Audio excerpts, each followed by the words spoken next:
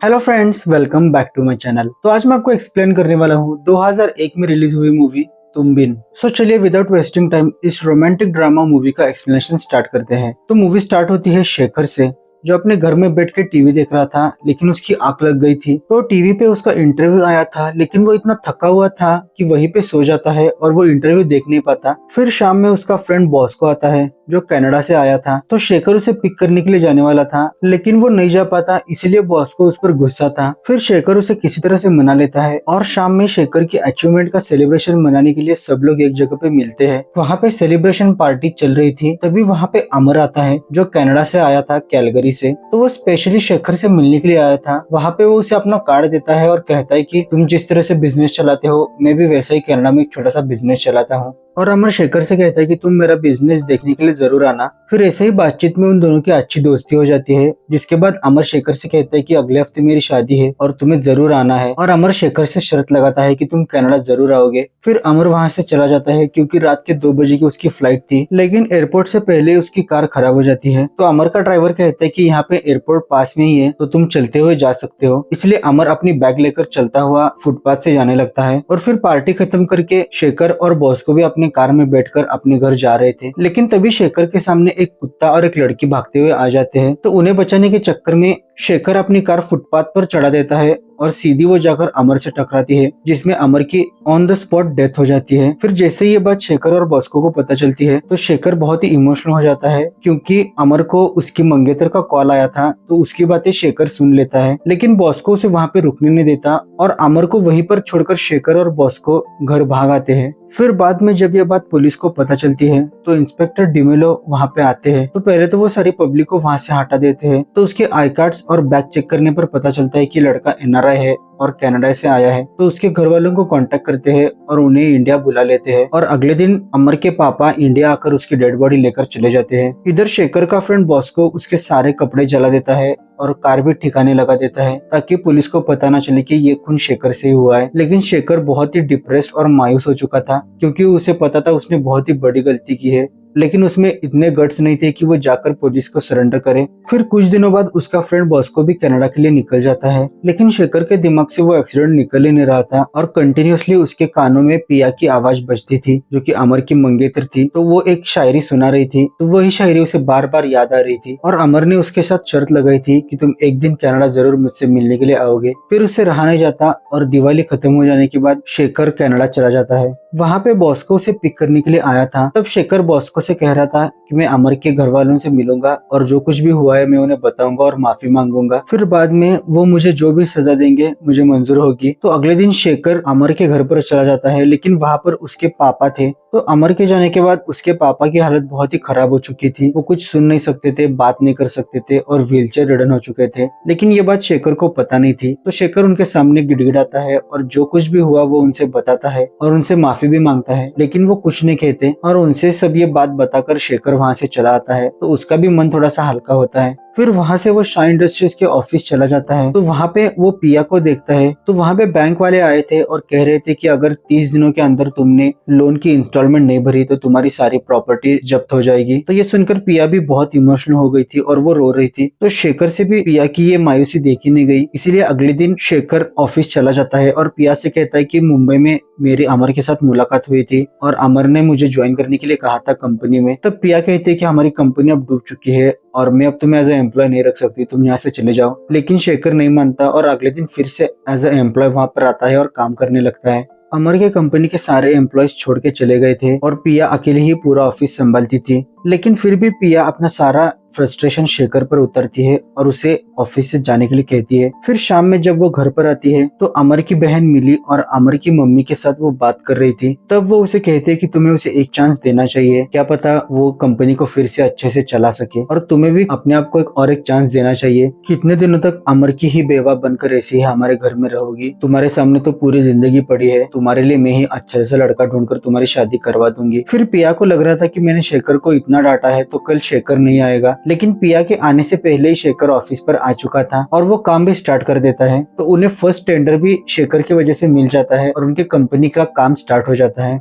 फिर यह खुशखबरी सुनाने के लिए वो अपनी फूफू के पास चली जाती है, जिसका नाम आयशा है। तो उसका एक बुटीक था। तो ये बात सुनकर वो भी खुश हो जाती है और वो पिया से पूछती कि क्या तुम्हें शेखर अच्छा लगता है, लेकिन इस पर पिया के पास कोई जवाब नहीं था। फिर धीरे धीरे प्रिया और शेखर में भी अच्छी बॉन्डिंग होने लगती है और उनकी कंपनी की ग्रोथ स्टार्ट हो जाती है। फिर एक दिन आयशा इफ्तिकार के ऑफिस पर आई थी। तो इस इफ्तिकार की बात करें तो ये रॉ मटेरियल सप्लाई करते थे आयशा को और वो उससे कपड़े बनाकर अपने बुटीक में बेचती थी। तो 12 सालों से इफ्तिकार के ऑफिस से ही उसे कपड़ा जाता था, लेकिन आयशा कभी कभी चेक लेट देती थी। फिर भी उसके पुराने मैनेजर उसे संभाल लेते थे, लेकिन ये नया मैनेजर उसका चेक न आने के कारण उसका सप्लाई रोक देता है। इसीलिए वो गुस्से गुस्से में इफ्तिकार के ऑफिस पर आई थी। लेकिन इफ्तिकार आयशा को देखकर उस पर लट्टू हो जाता है और उसकी बात मान लेता है और वो अपने मैनेजर पर ही गुस्सा करता है और वो कहता है कि तुम्हारे सप्लाई में कोई प्रॉब्लम नहीं आएगा। इधर अमर की बहन मिली का बर्थडे था, तो उसे गिफ्ट लेने के लिए शेखर और पिया एक गिफ्ट शॉप पर जाते हैं। वहाँ से गिफ्ट खरीदकर वो मिली के पास आते हैं। तो अब शेखर और मिली की भी अच्छी दोस्ती हो गई थी और मिली शेखर को अपना भाई ही मानती थी। फिर मिली का बर्थडे सेलिब्रेट करने के लिए शेखर, पिया और उसके सारे फ्रेंड्स एक होटल पर चले जाते हैं और वहाँ पे पार्टी कर रहे थे। लेकिन तभी पिया को कॉल आता है कि अमर के पापा की तबीयत खराब हो चुकी है और उन्हें हॉस्पिटल में एडमिट किया है। तो वो लोग जल्दी से हॉस्पिटल आते हैं। तो वहाँ पर अमर के पापा की जीने की उम्मीद खत्म हो चुकी थी, इसलिए उनके हेल्थ में कोई सुधार ही नहीं था। तो वहाँ पर शेखर अमर के पापा से कहता है कि पहले ही मेरा कोई परिवार नहीं था, क्योंकि शेखर के मम्मी पापा की मौत एक कार एक्सीडेंट में हो गई थी, इसीलिए वो एक ऑर्फनेज में पला बड़ा था और अब मुझे इतना अच्छा परिवार मिला है,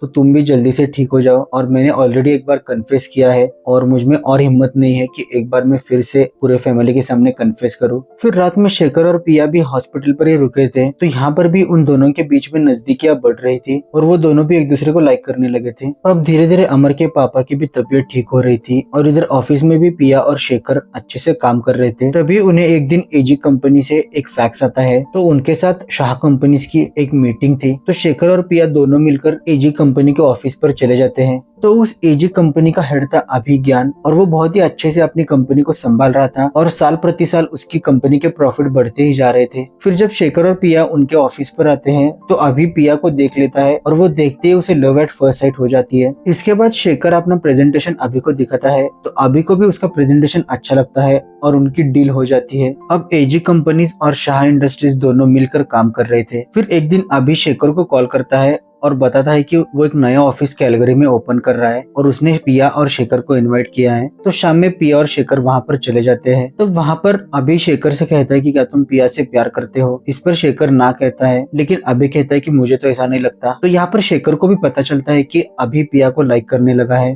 और पार्टी में वो खूब डांस करते हैं। अभी और पिया भी मिलकर डांस करते हैं और उन्हें डांस करता हुआ देखकर शेखर को लग रहा था कि पिया के लिए अभी ही बेस्ट है। ये बात शेखर अपने फ्रेंड बॉस्को को बताने के लिए उसके कैफे पर आया था। तब वहाँ पर शेखर भी कन्फेस करता है कि वो पिया से प्यार करता है, लेकिन वो नहीं चाहता कि पिया उसकी हो। इसीलिए पिया और अभी दोनों को अकेले ही वो एक मीटिंग पर भेज देता है। तो पिया इस पर नाराज थी क्योंकि वो भी शेखर के साथ ही ज्यादा कंफर्टेबल थी। लेकिन मीटिंग का बहाना बनाकर अभी पिया को अपने घर पर लेकर जाता है और वहाँ पर वो उसे कहता है कि 4 साल से मैं सिर्फ काम ही कर रहा हूँ और मैंने पर्सनल लाइफ को बहुत इग्नोर किया है और तुम भी वही कर रही हो शाह इंडस्ट्रीज के लिए, इसीलिए हम दोनों को भी अपने अपने पर्सनल लाइफ पर अब ध्यान देना चाहिए। लेकिन पिया इतनी मासूम थी कि अभी की बातें उसे समझ में ही नहीं आती और वो उसे कहती है कि हाँ हमें देना चाहिए और तुम भी किसी अच्छी सी लड़की को जल्दी से अंगूठे पहनाकर उसे अपने कब्जे में कर लो। फिर वहाँ से पिया अपने घर पर चली आती है और अगले दिन जब शेखर और पिया ऑफिस पर आए थे तो शाम में निकलते टाइम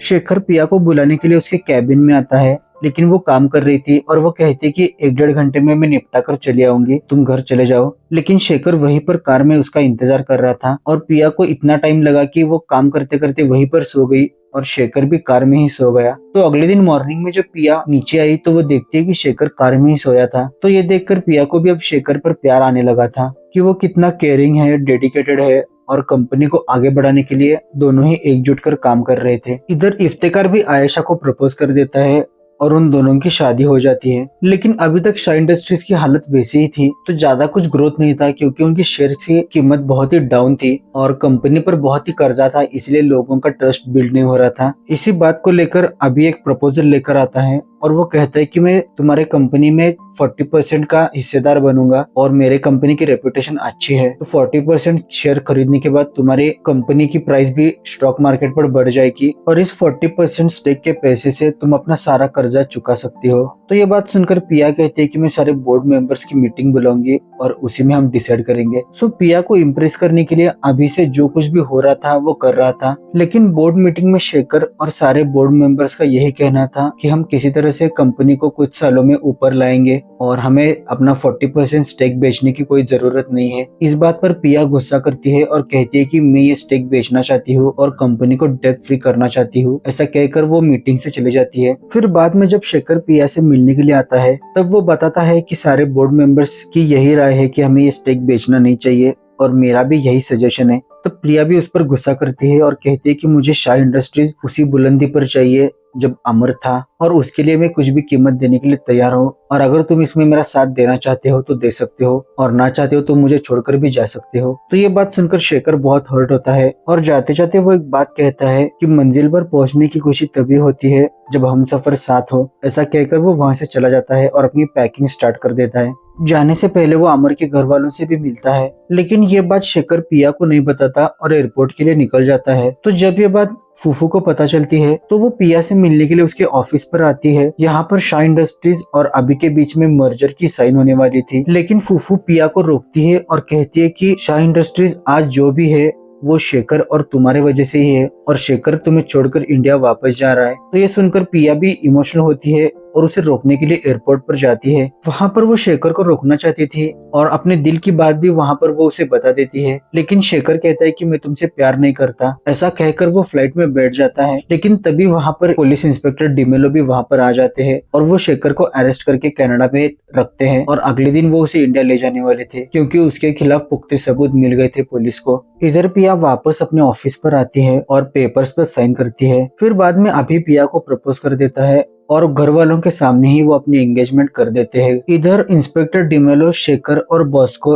एक रेस्टोरेंट में थे क्योंकि मॉर्निंग में उनकी फ्लाइट थी। यहाँ पे शेखर इतना डिप्रेस था कि वो कंटिन्यूसली ड्रिंक्स पे ड्रिंक्स करे जा रहा था। इसके बाद वो पिया से बात करने के लिए उसे कॉल लगाता है और वो कॉल पर कहता है कि मैं भी तुमसे प्यार करता हूँ और वो उसे वही तुम बिन वाली शायरी सुनाने लगता है जो पिया अमर को सुना रही थी। तो ये सुनकर पिया को पता चल जाता है कि अमर का एक्सीडेंट शेखर की वजह से ही हुआ है। तभी शेखर का भी एक्सीडेंट एक कार के साथ हो जाता है और उसे हॉस्पिटल शिफ्ट किया जाता है। इधर पिया भी अमर के पापा से बात करने के लिए आती है और वो उनसे कह रही थी कि शेखर ने अमर का एक्सीडेंट करवाया है और ना जाने कैसे मैं शेखर से प्यार कर बैठी और ये जानते हुए भी मैं अपने आप को नहीं रोक पा रही कि शेखर को इंडिया वापस जाने दूं। तो आखिरकार फाइनली अमर के पापा बात करते हैं और वो पिया से कहते हैं कि मुझे ये बात पहले से पता है। उस दिन शेखर मुझसे बात करने के लिए आया था, लेकिन शेखर की आंखों में बहुत ही सच्चाई है और मैंने भी ये बात मान ली है कि शेखर बेगुनाह है, तो तुम क्यों अपने आप को दोषी ठहरा रही हो। तभी आयशा वहाँ पर आती है और वो बताती है कि शेखर का एक्सीडेंट हुआ है। तो पूरी शाह फैमिली उसे मिलने के लिए हॉस्पिटल आती है। वहाँ पर मिली कह रही थी कि पहले ही मेरे एक भैया मुझे छोड़कर चले गए हैं, प्लीज इस भैया को बचा लेना। तो ये बात इंस्पेक्टर डिमेलो सुन लेते हैं और वो भी इमोशनल हो जाते हैं और पूरी शाह फैमिली यही चाह रही थी कि शेखर जल्द से जल्द ठीक हो जाए। अभी को भी पता चल जाता है कि पिया शेखर से कितना प्यार करती है, इसीलिए वो अपनी एंगेजमेंट रिंग निकाल कर उसे आजाद कर देता है। और इंस्पेक्टर डिमेलो भी कहते हैं कि शेखर की जरूरत शाह फैमिली को ज्यादा है और वो अपनी केस क्लोज करके इंडिया वापस चले जाते हैं और इसी हैप्पी एंडिंग के साथ हमारी तुम बिन मूवी एंड हो जाती है। तो आपको ये रोमांटिक मूवी कैसी लगी जरूर मुझे कमेंट सेक्शन में बताना और अच्छी लगी होगी तो मेरे चैनल को जरूर सब्सक्राइब करना। Thanks for watching the video.